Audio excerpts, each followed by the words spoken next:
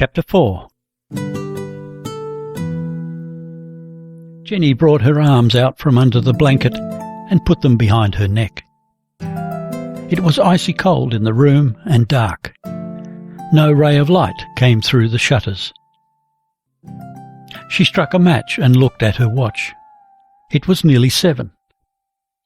She could doze a little longer, and she crept down under the blankets again with her head deep in the pillow. "Jenny, are you asleep?" Francesca opened the door without knocking and came close to the bed. She felt for her friend's face in the dark and stroked it. "Tired?"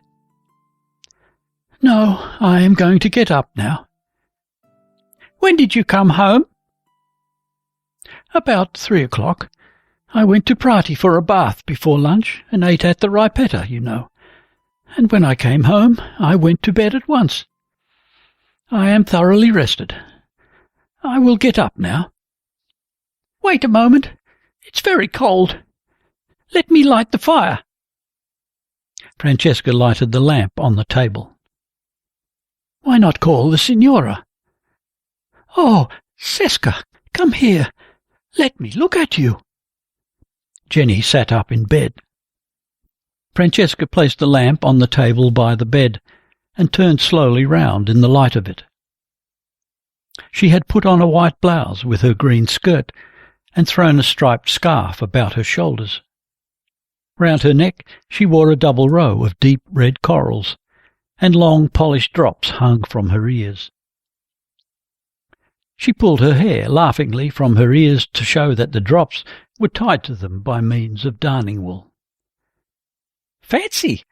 I got them for 68 lira. A bargain, wasn't it? Do you think they suit me?"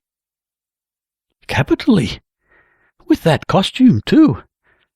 I should like to paint you as you are now." "Yes, do. I can sit to you if you like. I am too restless nowadays to work. Oh, dear." She sighed and sat down on the bed. "I had better go and bring the coal." She came back carrying an earthenware pot of burning charcoal and stooped down over the little stove. "Stay in bed, dear, till it gets a little warmer in here. I will make the tea and lay the table. I see you have brought your drawing home. Let me have a look at it." She placed the board against a chair and held the lamp to it. "Oh, I say! It is not too bad, is it? What do you think? I am going to make a few more sketches out there. I am planning a big picture, you see. Don't you think it is a good subject, with all the working people and the mule carts in the excavation field?" "Very good. I am sure you can make something of it. I should like to show it to Gunnar and Arlen." "Oh, you are up. Let me do your hair. What a mess of it you have, child. May I do it in the new fashion, with curls, you know?" Francesca pulled her fingers through her friend's long fair hair. "Sit quite still. There was a letter for you this morning. I brought it up. Did you find it?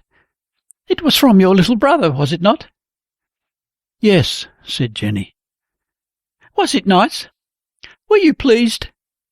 "Yes, very nice. You know, Seska, sometimes, only on a Sunday morning, once in a while, I wish I could fly home and go for a stroll in Nordmarken with Kalfatrus. He is such a sweet boy." Francesca looked at Jenny's smiling face in the glass. She took down her hair and began to brush it again. "No, Seska, there is no time for it." "Oh, yes. If they come too early, they can go into my room. It is in a terrible state, a regular pigsty, but never mind. They won't come so early, not Gunnar, and I don't mind him if he does.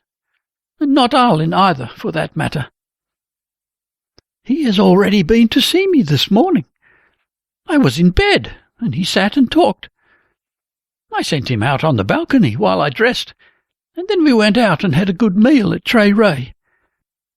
We have been together the whole afternoon." Jenny said nothing. "We saw Gram at Nacional. Isn't he awful? Have you ever seen anything like it?"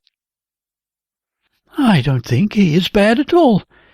He's awkward, poor boy, exactly as I was at first. He's one of those people who would like to enjoy themselves, but don't know how to." "I came from Florence this morning," said Francesca, imitating him, and laughed. "Ugh! If he had come by aeroplane at least."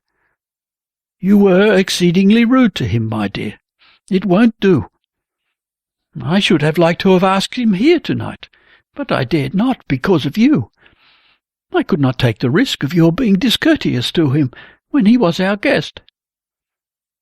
"No fear of that. You know that quite well." Francesca was hurt. "Do you remember that time when Douglas came home with me to tea?" "Yes, after that model business. But that was quite a different matter." "Nonsense. It was no concern of yours." "Wasn't it? When he had proposed to me, and I had very nearly accepted him." "How could he know?" said Jenny. "Anyway, I had not quite said no. And the day before I had been with him to Versailles. He kissed me there several times, and lay with his head in my lap. And when I told him I didn't care for him, he didn't believe me." "It is not right, Seska." Jenny caught her eye in the mirror. "You are the dearest little girl in the world when you use your brains. But sometimes it seems as if you had no idea. You are dealing with living beings, with people who have feelings that you must respect. You would respect them if you were not so thoughtless, for I know you only want to be good and kind." "Pepaco! Don't be too sure of that. But I must show you some roses. Arlen bought me quite a load this afternoon at the Spanish Stairs." Jessica smiled defiantly. "You ought to stop that kind of thing, I think, if only because you know he cannot afford it." "I don't care. If he is in love with me, I suppose he likes it." "I won't talk of reputation after all these doings of yours." "No, better not speak about my reputation. You are quite right there. At home in Christiana I have spoilt my reputation past mending, once and for all." She laughed hysterically. "Damn it all, I don't care." "I don't understand you, Seska, darling.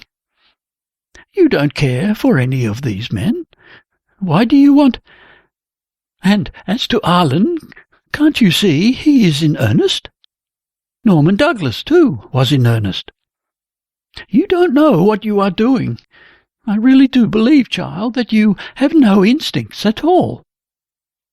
Francesca put away brush and comb and looked at Jenny's hairdressing in the glass. She tried to retain her defiant little smile, but it faded away, and her eyes filled with tears.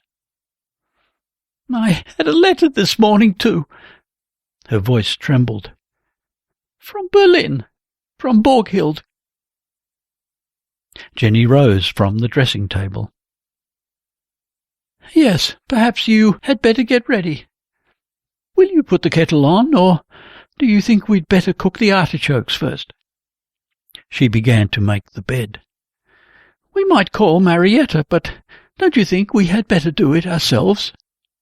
Borghild writes that Hans Hermann was married last week. His wife is already expecting a child." Jenny put the matchbox on the table. She glanced at Francesca's miserable little face, and then went quietly up to her. "It is that singer, Berit Eck, you know. He was engaged to." Francesca spoke in a faint voice, leaning for an instant against her friend, and then began to arrange the sheets with trembling hands. "But you knew they were engaged more than a year ago." "Yes. Let me do that, Jenny. You lay the table. I know, of course, that you knew all about it." Jenny laid the table for four. Francesca put the counterpane on the bed and brought the roses. She stood fumbling with her blouse then pulled out a letter from inside it and twisted it between her fingers. "She met them at the Tear Garden," she writes. "She says, oh, she can be so brutal sometimes, Borghild." Francesca went quickly across the room, pulled open the door of the stove, and threw the letter in. Then she sank down in an armchair and burst into tears. Jenny went up to her and put one arm around her neck. "Seska, dearest little Seska." Francesca pressed her face against Jenny's arm. "She looked so miserable, poor thing. She hung on his arm, and he seemed sullen and angry. I can quite imagine it. I am sorry for her. Fancy allowing herself to become dependent on him in such a way. He has brought her to her knees, I am sure. How could she be such an idiot when she knew him? Oh, but think of it, Jenny. He is going to have a child by somebody else. Oh, my God! My God!" Jenny sat on the arm of the chair. Seska nestled close to her. "I suppose you are right. I have no instincts. Perhaps I never loved him, really, but I should have liked to have had a child by him. And yet I could not make up my mind. Sometimes he wanted me to marry him, straight off, go to the registry office, but I wouldn't. They would have been so angry with me at home, and people would have said we were obliged to marry if we had done it that way. I did not want that either, although I knew they thought the worst of me all the same, but that did not worry me. I knew I was ruining my reputation for his sake, but I didn't care, and I don't care now, I tell you. But he thought I refused, because I was afraid he would not marry me afterwards. 'Let's go to the registry office first then, you silly girl,' he said. But I wouldn't go. He thought it was all sham. 'You're cold,' he said. 'You are not cold any longer than you choose to be.' Sometimes I almost thought I wasn't. Perhaps it was only fright, for he was such a brute. He beat me sometimes, nearly tore the clothes off me. I had to scratch and bite to protect myself, and cry and scream." "And yet you went back to him," said Jenny. "I did. That is true. The porter's wife did not want to do his rooms any longer, so I went and tidied up for him. I had a key. I scrubbed the floor and made his bed. Heaven only knows who had been in it." Jenny shook her head. "Borghild was furious about it. She proved to me that he had a mistress. I knew it, but I did not want proof. Borghild said he had given me the key because he wanted me to take them by surprise and make me jealous, so that I should give in, as I was compromised anyway. But she was not right, for it was me he loved. In his way, I know he loved me as much as he could love anybody. Borghild was angry with me because I pawned the diamond ring I had from our grandmother. I have never told you about it. Hans said he had to have money, 100 kroner, and I promised to get it. Where? I didn't know. I didn't dare write to father, for I'd spent more than my allowance already, so I went and pawned my watch, and a chain bracelet, and that ring. One of those old ones, you know, with a lot of little diamonds on a big shield. Borghild was angry because it had not been given to her, being the eldest, but grandmother had said I should have it, as I was named after her. I went down one morning as soon as they opened. It was hateful, but I got the money, and I took it to Hans. He asked where I had got it from, and I told him. Then he kissed me and said, 'Give me the ticket and the money, puss.' That is what he used to call me, and I did. I thought he meant to redeem it, and said he need not. I was very much moved, you see.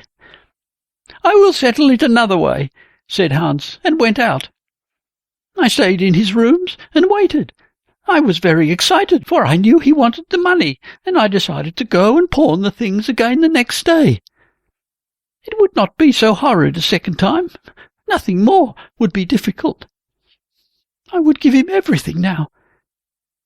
Then he came.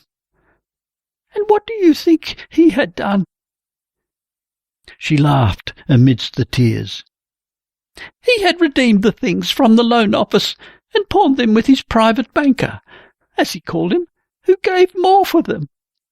We went about all day together, champagne and all the rest of it, and I went home with him at night. He played to me. My God, how he played! I lay on the floor and cried. Nothing mattered as long as he played like that, and to me, alone. You have not heard him play. If you had, you would understand me. But afterwards it was awful. We fought like mad, but I got away at last. Borghild was awake when I came home. My dress was torn to tatters. 'You look like a street girl,' she said. I laughed. It was 5 o'clock. I should have given in the end, you know, if it hadn't been for one thing that he had said.